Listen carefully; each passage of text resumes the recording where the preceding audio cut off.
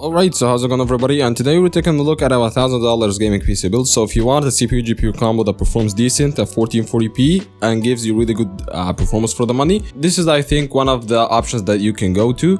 We are having a very good CPU from Ryzen, the 7000 series, and we are having a GPU from AMD. So hey, if you're an AMD fan, this is the GPU for you. And on top of all that, it will deliver really good 1440p performance, and it looks really good in terms of aesthetics. So yeah, without wasting any more time, links will be down in the description, and press on that like button if you want to help me, and let's get to the port. First up, we got the AMD Ryzen 7 7700, and the reason I like this CPU, first of all, one of the biggest features in my opinion, this CPU performs like a 5800 X3D, performs like a 13600K. It's got an 8-core 16-threaded CPU, which is the optimal, core count for every game you throw at it. And on top of all that, it's only a 65-watt TDP CPU. So yeah, it's not a power-hungry CPU. It comes with its own cooler that actually will hold your CPU fine. You don't need any extra cooler to change. So yeah, it goes so well with the black themed gaming PC that we're going with, and I really like it. And the board, you can go with the B650M board, or you can go with the A620M board. It depends on your budget and how far you can go over the budget. But it's not a big of a deal. The biggest deal is that you will not be able to upgrade to like an X3D CPUs, for example, in the future. So yeah, this is something to keep in mind. So hey, if you have the money, go with the B650M boards. That will go for like $30 more.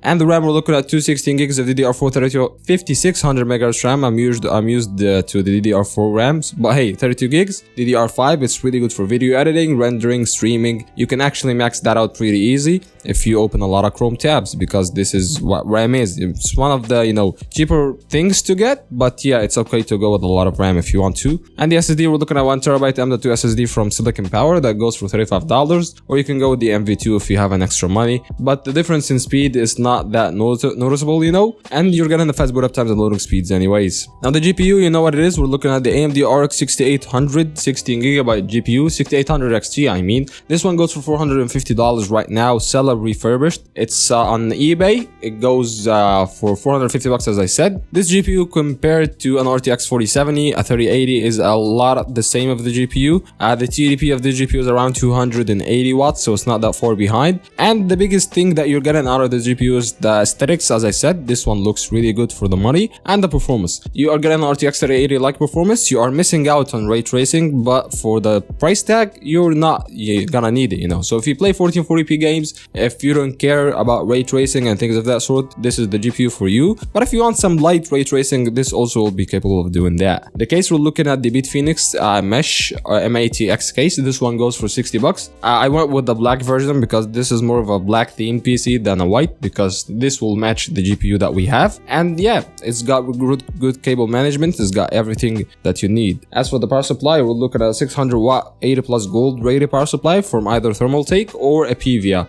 The whole PC will not consume over 400 watts, so this is something that you can keep in mind. So yeah, that's been it. If you like the video, press on that like button. If you want to see more videos, subscribe, and I'll see you in the next one. Peace.